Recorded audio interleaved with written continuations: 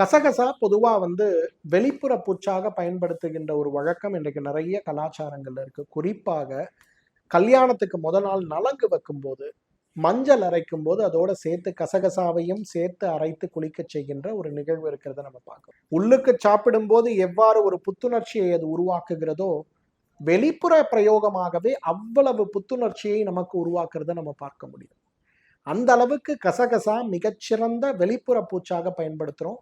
அது மட்டும் இல்ல, இன்றைக்கு முக அழகு சாதனை, தோல் சாதனை எல்லா வகையான ஒரு பூச்சுகளையும் நீங்க பார்த்தீங்கன்னா, அது எல்லாத்துலயுமே கசகசா இருக்கிறத பார்க்க முடியும். அதே போல தலைமுடி சார்ந்த சிரமங்களுக்கும் கசகசா அதிகமாக பயன்படுத்தப்படுவதை பார்க்கிறோம். உடம்புக்கு நரிஷ்மெண்ட்னு சொல்லக்கூடிய ஒரு விஷயத்தை இது செய்யறதுனாலையும், உடம்பில் இருக்கக்கூடிய நாளமிலா சுரப்பிகள் குறிப்பாக தைராய்டு, இன்சுலின் சுரப்பு, ஈஸ்ட்ரோஜன், ப்ரொஜெஸ்ட்ரான், டெஸ்டோஸ்டிரான், புரோலாக்டின் இந்த மாதிரி நிறைய ஈஸ்ட்ரடால் சார்ந்த ஹார்மோன்களை இயற்கையாக அதோடைய சுரப்பை சீராக்கக்கூடிய சக்தி இருக்கிறதுனால இந்த கசகசாவை உணவாக நம்ம பயன்படுத்தினாலே பெரிய ஆரோக்கியத்தை நாம் அடைய முடியும். ஆரோக்கிய வாழ்க்கைக்கு கசகசாவை உணவாக சாப்பிட்டாலே போதுங்கிறத நம்ம புரிந்து கொள்ள வேண்டும்.